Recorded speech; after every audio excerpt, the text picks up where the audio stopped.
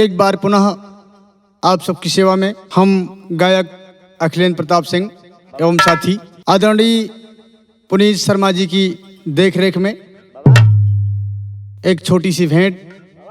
गाने का शीर्षक होगा पतिव्रता नारी सैव्या। सैव्या पतिव्रता एक नारी,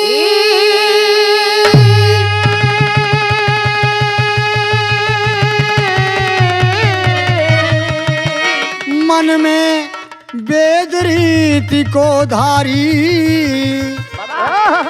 पति की आज्ञा माने जैसे हो भगवान।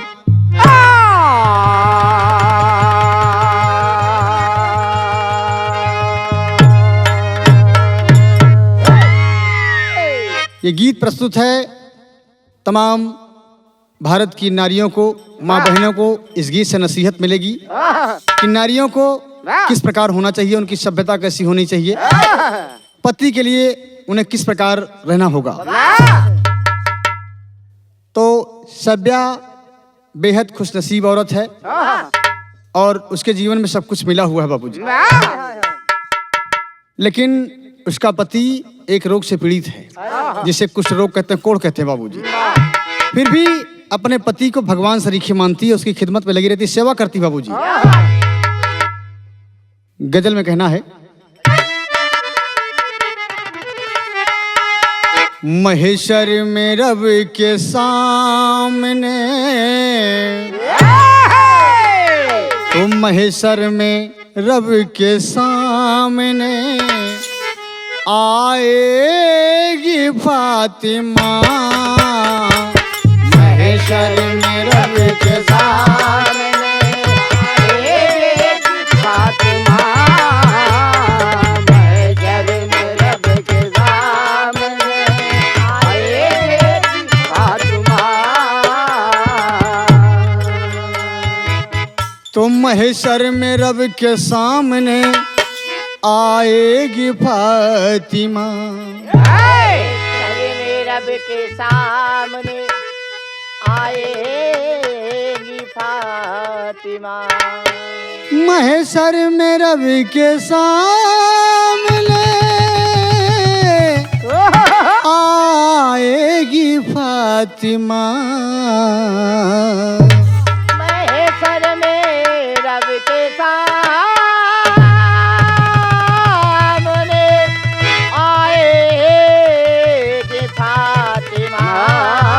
बहुत अच्छे बेटे। तो कहना है, कुदरत के आगे सर भी, कुदरत के आगे सर भी झुकाएगी फातिमा।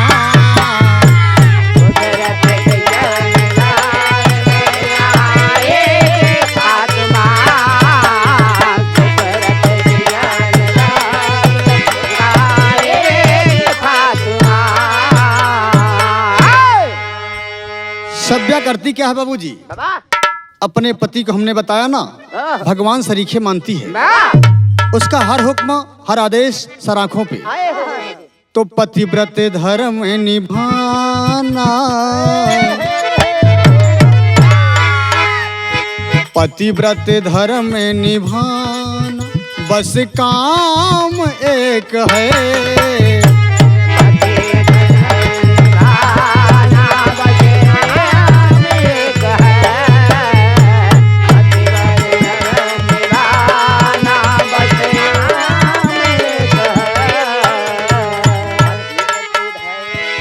पतिव्रत धर्म निभाना बस काम एक है। पतिव्रत धर्म निभाना बस काम एक है। बहुत खूब। तो सैव्या के मन में पति ही, सैव्या के मन में पति ही भगवान एक है। सैव्या के मन में भगवान एक है। भगवान एक है।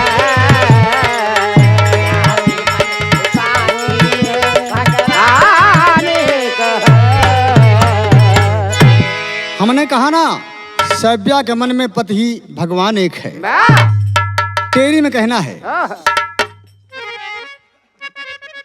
अरे राम अंधेरा तीनों लोक में हुआ, हो अंधेरा तीनों लोक में हुआ, अपनी शक्ति से न होने दिया सवेरा, अंधेरा तीनों लोक में हुआ। आह, अपने शक्ति से होने ना दिया सवेरा, अंधेरा तीनों लोक में। आह, अपने शक्ति से होने ना दिया सवेरा, अंधेरा तीनों लोक में।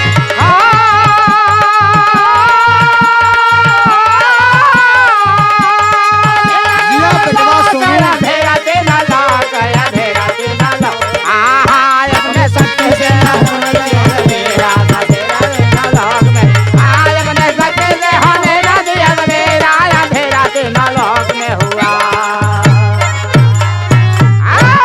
मध्य देश सुंदर नगरी में, कहानी पर गौर करेंगे आप सब। मध्य देश सुंदर नगरी में ब्राह्मण का परिवार रहा,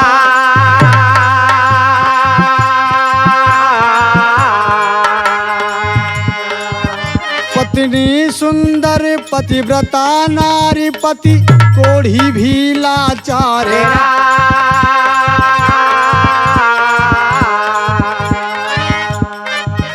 पति की सेवा में चूक नहीं, दोनों में अजब प्यार रहा।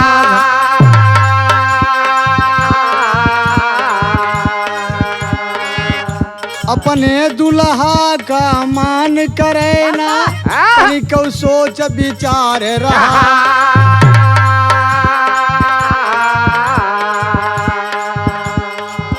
पति कोढ़ी था, फिर भी किसी प्रकार की चूक नहीं होने देती थी बहू।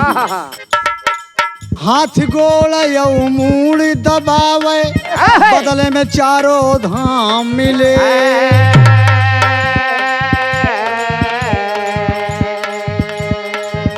दिन रात लगी पीछे पीछे, जैसे ओके सुख चैन मिले।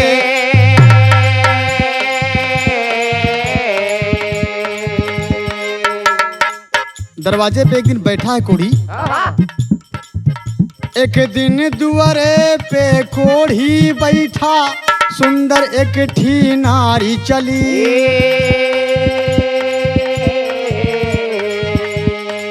दोनों प्राणी बड़े खुश हैं, किसी प्रकार की कमी चूक नहीं छोड़ती पत्नी।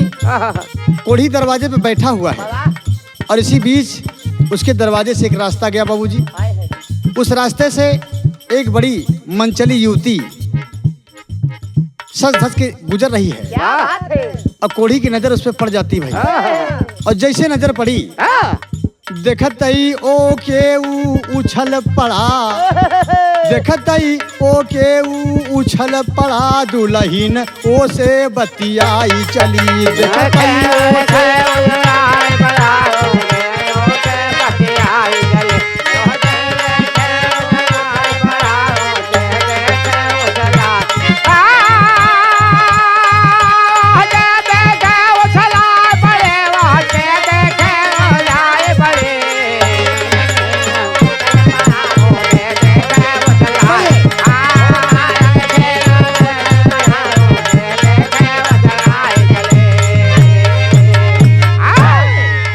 एकदम खुशी से झूम उठा बाबूजी।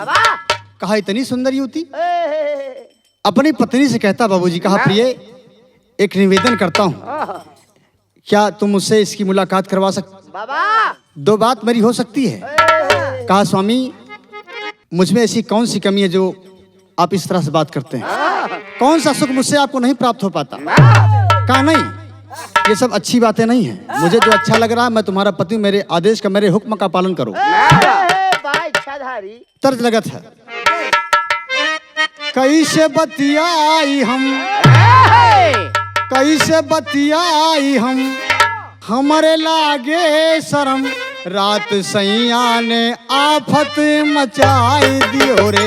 रात सैया ने आफत मचाई दियो रे, रात सैया ने आफत मचाई दियो रे। जाई हम हमारे लागे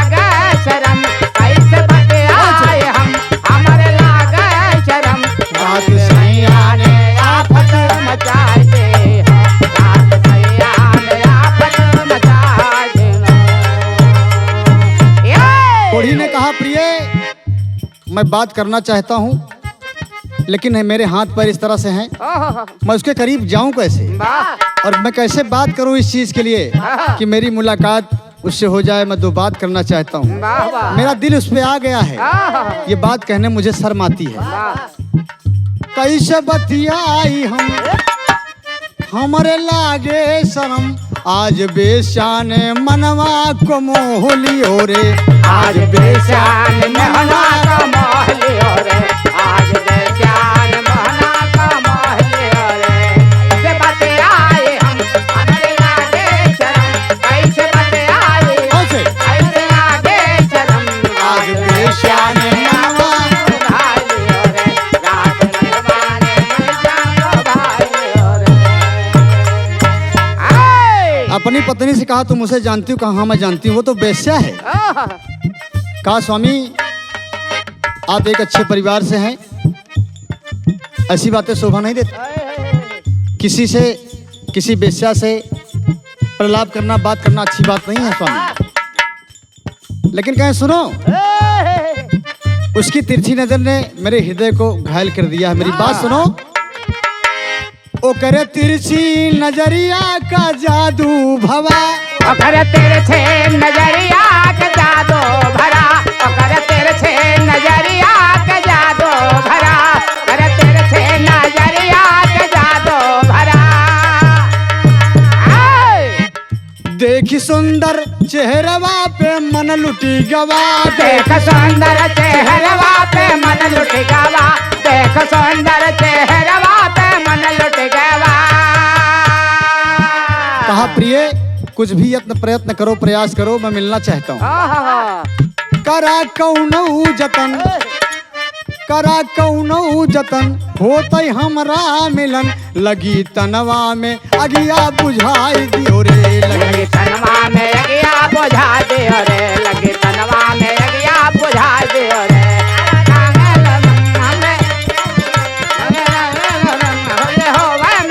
हमरे तनवा में अगिया लगा दियो रे, हमरे तनवा में अगिया बुझा दियो रे।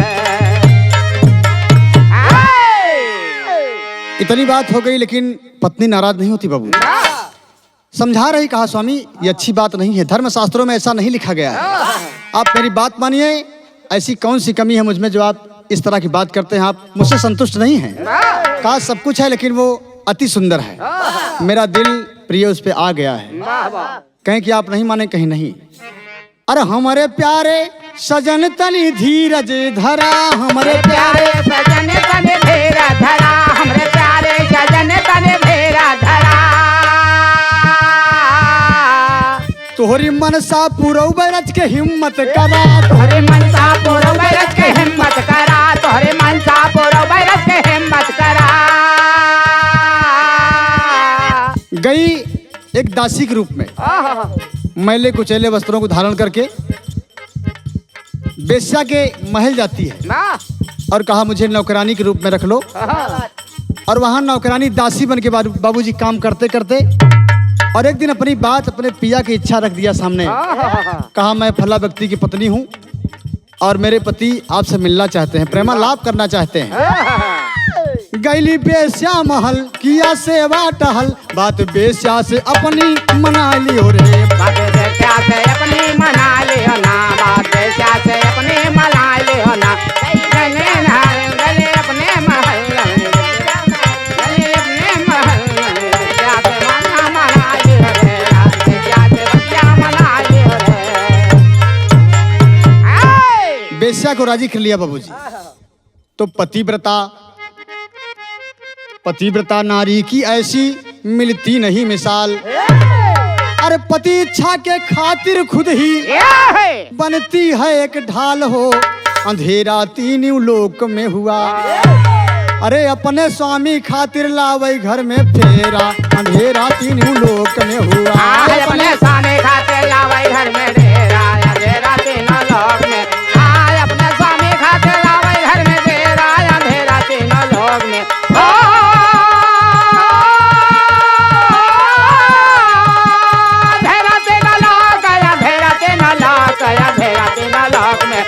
अपने स्वामी खातिर लावे घर में डेरा, अंधेरा तीनों लोक में। अपने स्वामी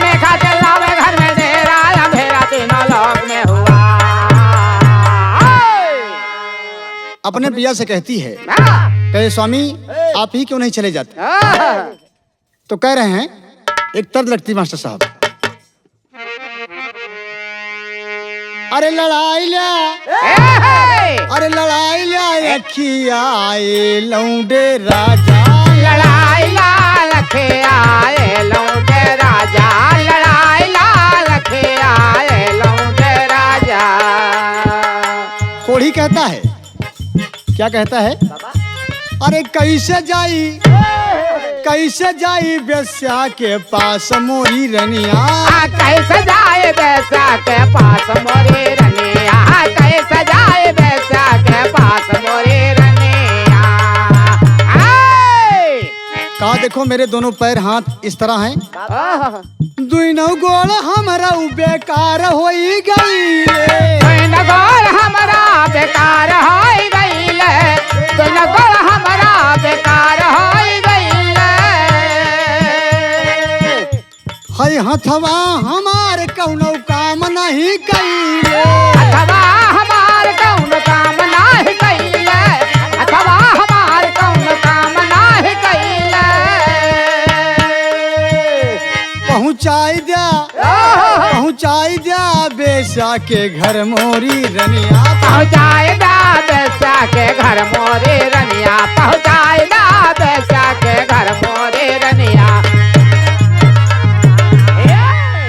अपने पिया को कहा, जैसी आपकी मर्जी स्वामी। अपने पिया को पीठ पे बिठा लिया बाबूजी और रास्ता ले लिया बेस्या के महल की तरफ।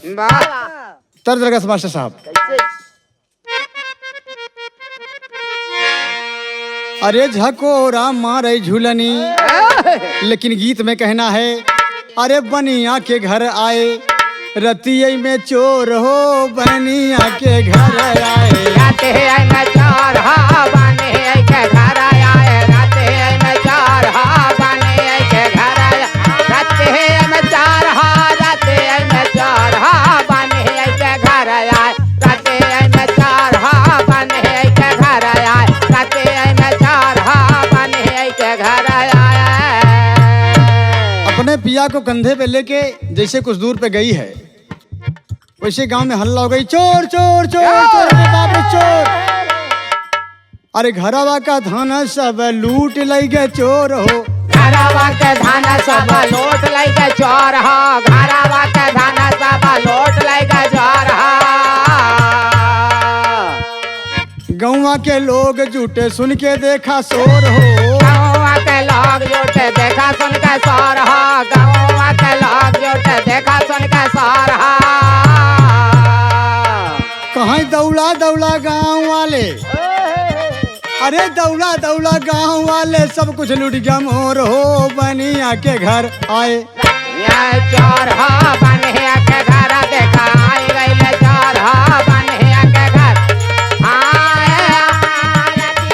चोर हो, राते में चोर हो, बनिया के घर आए, देखा रात चोर हो, बनिया के घर आया, देखा अमर चोर हो, बनिया के घर आया। बड़ी जोर से आवाज सुना, हल्ला हुई बाबूजी, अपने पति के लेके वहीं पर रुक गई। कहा रास्ते में चोर है स्वामी, आगे चलना ठीक नहीं होगा। कहा चलो थोड़ी देर इंतजार कर लेते हैं। और उधर चोरी की बात उस राज्य के राजा साहब के पास पहुंच जाती है। राजा साहब मेरे यहाँ चोरी हो गई है। कहा नहीं, हमारे राज्य में चोरी कदापि नहीं हो सकता। वही कहना हुआ मास्टर साहब। दूत को भेज दिया राजा साहब और कहें कि जाओ, चोरों को पता लगा कि नहीं आया तो तुम्हें सूली पे चढ़ा दिया जाएगा, अवश्य दंडित किया जाएगा। राधे श्याम में कहना है,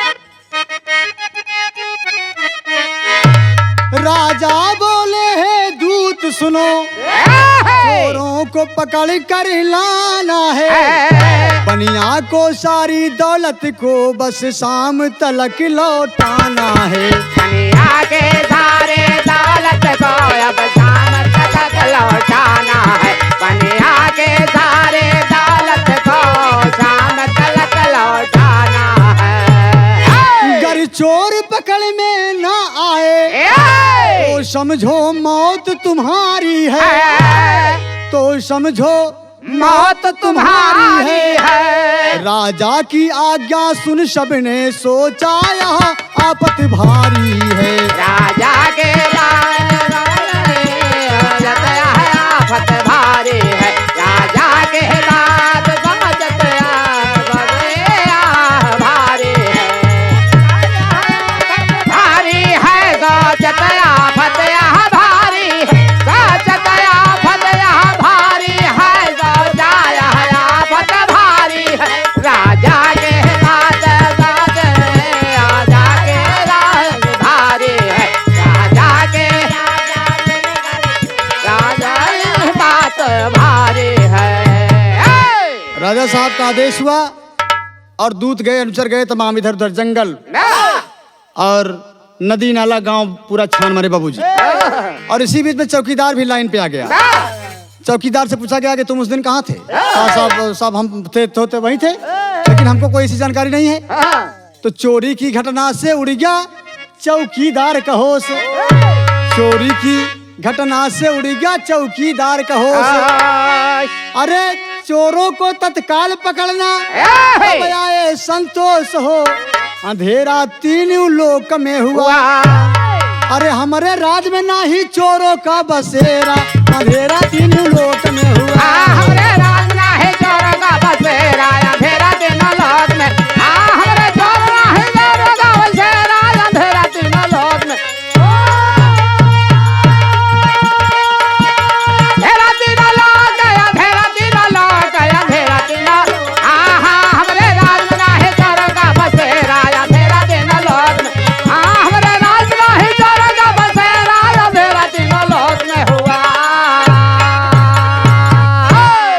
दूतों को, अनुचरों को, चौकीदारों को बाबूजी भेज दिया गया चारों दिशाओं में। जाओ और कोना कोना चप्पा चप्पा छान मारो और चोर को पकड़ के लाओ बाबूजी।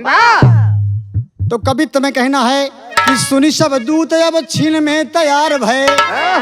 सुनी सब दूत अब छीन में तैयार भय।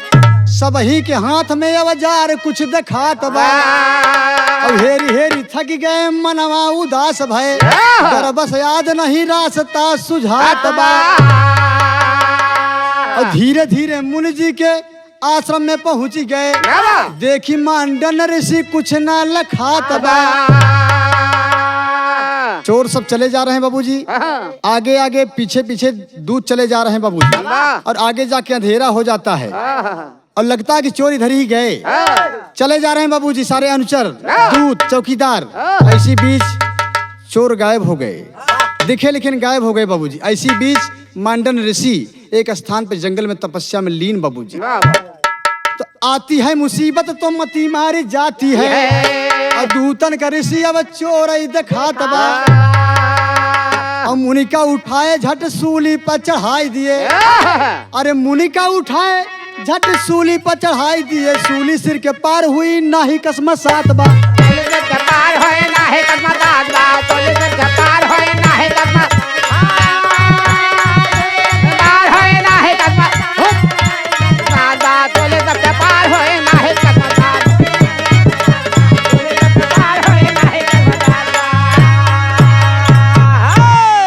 डांट देगा डांट। ससुर नहीं तो 24 घंटा से हम ढूंढत है और यहाँ आके बैठा है। सारा कुछ चुराए ले गया, लूट। और कहाँ गए बे? इतनी बात हो गई बाबूजी। और टस से मस्त रही। मुनि महाराज एकदम तपस्या में लीन है। जब चोर हो तो बोले और चढ़ा दिया सूली पे बाबूजी। कि चढ़ा दिया सूली पर ऋषि को तब उन मुंह से। अरे चढ़ा दिया सूली पर ऋषि को तब उन मुंह से बोलेला। ओ हाय विधाता होई अब दुर्गतिया अखिया खोलेला। हाय विधाता होए अब दुर्गतिया दुर्गतिया होवेला दुर्गतिया बतिया बोलना। हां दुर्गतिया बोलना। विधाता होवेला दुर्गतिया बतिया बोलना। विधाता होवेला दुर्गतिया बतिया बोलना। मंडन ऋषि को सभी दूत, सभी अनुचर, सभी चौकीदार जो थे बाबू उठाए और सूली पे टांग दिए धड़ से। और जब सूली पे टांग दिए और आर पार सूली हो गई, रक्त की धारा बह निकली सिर से लेकर पैर तक। टस से मस नहीं बाबूजी। अगर चोर हो तो बोले तपस्या में लीन है, कहीं कोई योगी यति है, अगर आंख खुली तो भस्म हो जाओगे सारे लोग। और चोर समझ कर मुनिवर को जब सूली पर चढ़ाया है और हुई तपस्या भंग नहीं हुआ, प्रभु का ध्यान लगाया है। उधर देखिए अपने पति को अपने कंधे पे लाद के शैब्या जा रही बाबूजी उसी रास्ते से। और आधी रात बीत गई घनघोर घोरा, आधी रात बीत गई घनघोर अंधेरा छावेला, और लाद पीड़ पर कोढ़ी को बेचा के घरवा आवेला।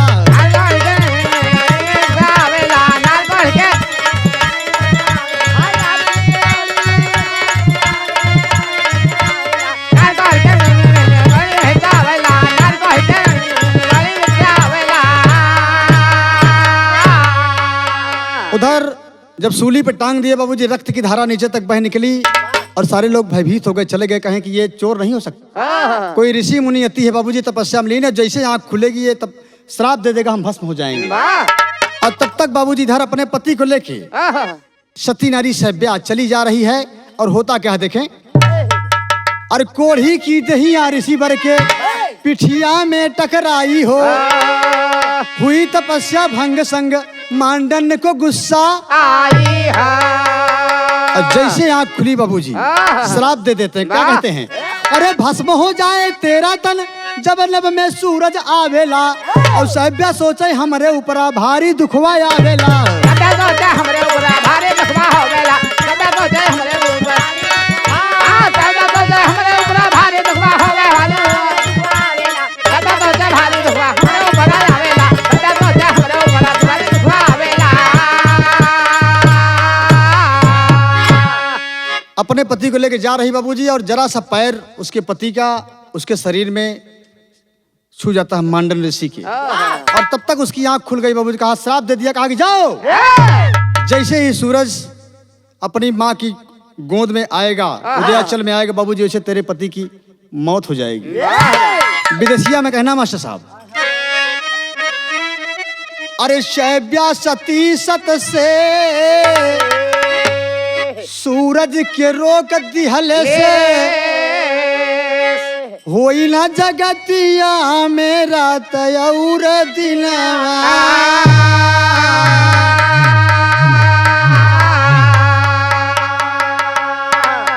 अपने सतव्रत से सूरज को रोक दिया बाबूजी, कहें आपको उदयाचल में आना नहीं बाबूजी।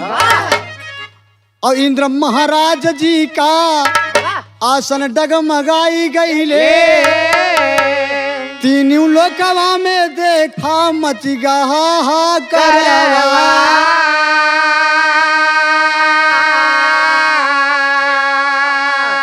तमाम देवी देवता एकत्र हुए बाबूजी, इंद्र महाराज का आसन डगमग हो गया, और सब देवी मिली गईले विधि के सरनिया में, और जग के विधाता कुछ करा उपचरवा।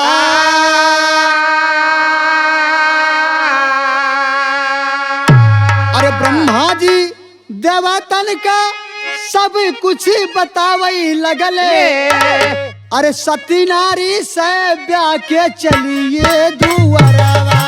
सती नारी शैब्या के चलिए दुआरवा, सती नारी शैब्या के चलिए दुआरवा, चलिए दुआरवा के चलिए दुआरवा, सती नारी शैब्या के चलिए दुआरवा, सती नारी शैब्या के चलिए दुआरवा, सती नारी शैब्या के चलिए दुआरवा। सभी देवी देवता बाबूजी इंद्र सहित गए ब्रह्मा जी के पास। आल्हा में कहना मास्टर साहब कहें कि आप कुछ करिए नाथ, नहीं बिल्कुल धरती अलट पलट हो जाएगी। बहुत बढ़िया भैया। अरे दुनिया की रीतिया का नीतिया बदली जाई, दुनिया के बदल हो जाए, दुनिया के नीतिया बदल हो जाए। अरे सृष्टि का होई जाई क्षण में सर्वनाश।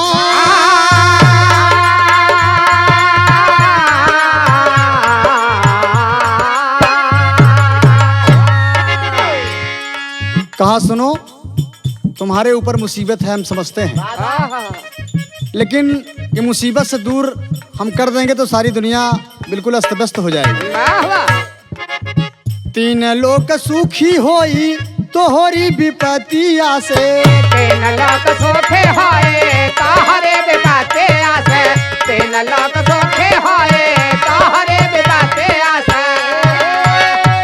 अरे देवी हमारी बतिया पे करा विश्वास।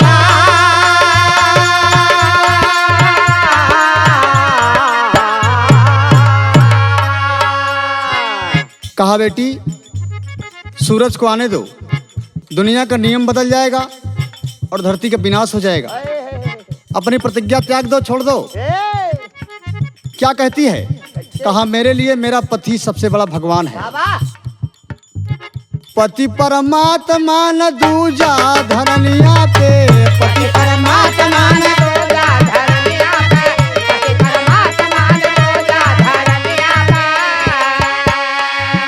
कहा मेरी बात मान लो, विमान आएगा, स्वर्ग में उच्च स्थान मिलेगा बेटी। कहा ना, पति परमात्मा न दूजा धरनिया पे, पति परमात्मा न दूजा धरनिया पे, पति परमात्मा न दूजा धरनिया पे। हम नहीं चाही स्वर्ग लकवा के वास, हम नहीं चाहे स्वर्ग लकवा के वास, हम नहीं चाहे स्वर्ग लकवा के वास। हमारी अरजिया का सुनिला गरजिया देवी, हमारी रजिया का सुनिला गरजिया रे, हमारी रजिया का सुनिला गरजिया रे। कहा मेरी बात सुनो, अरे हमारी अरजिया का सुनिला गरजिया देवी, तोहरे पति का अब होई नहीं नाश।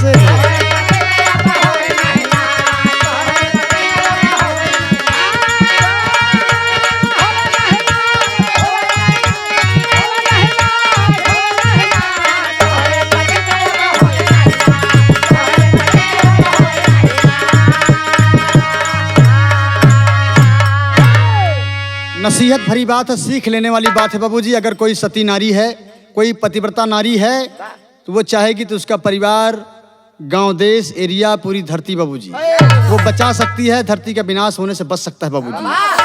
आज उसने पति को अच्छी बात बताया, नसीहत दिया, अच्छे रास्ते पर लाई बाबूजी। पति धर्म को निभाया बड़े ढंग से, जबकि वो जानती थी कि मेरा पति गलत कह रहा है, लेकिन अपने स्वामी का आदेश का पालन किया बाबूजी। उससे मुलाकात करवाने का सब कुछ यत्न प्रयत्न किया। तो आज अंतिम में है गाना बाबूजी। अरे तो सती नारी ऐसा कमावा महान करेला, भारत देशवा ऐसी नारी पे गुमान करेला। भारत देशवा ऐसा नारी पे गुमान करेला, भारत देशवा ऐसा नारी पे गुमान करे।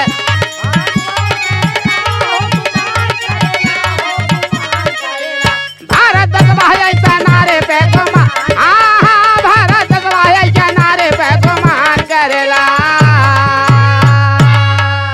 पति के प्राण बचा से ब्याने, पति धर्म निभाया है। पति के प्राण बचा से ब्याने, पतिव्रत धर्म निभाया है।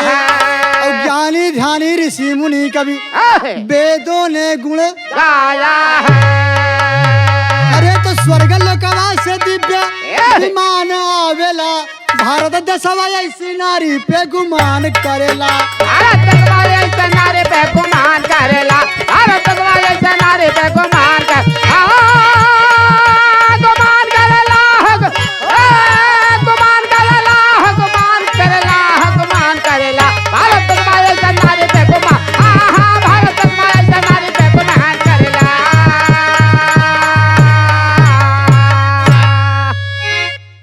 तो गुरु भुल्लुर गुरु रामेधार, गुरु भुल्लुर गुरु रामेधार, गुरु हैदर स्वर्ग के वासी।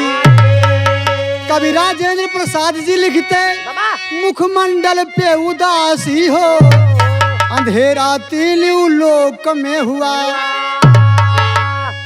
पावन अखिलेंद्री भारत देश है मेरा, अंधेरा तीनों लोक में हुआ।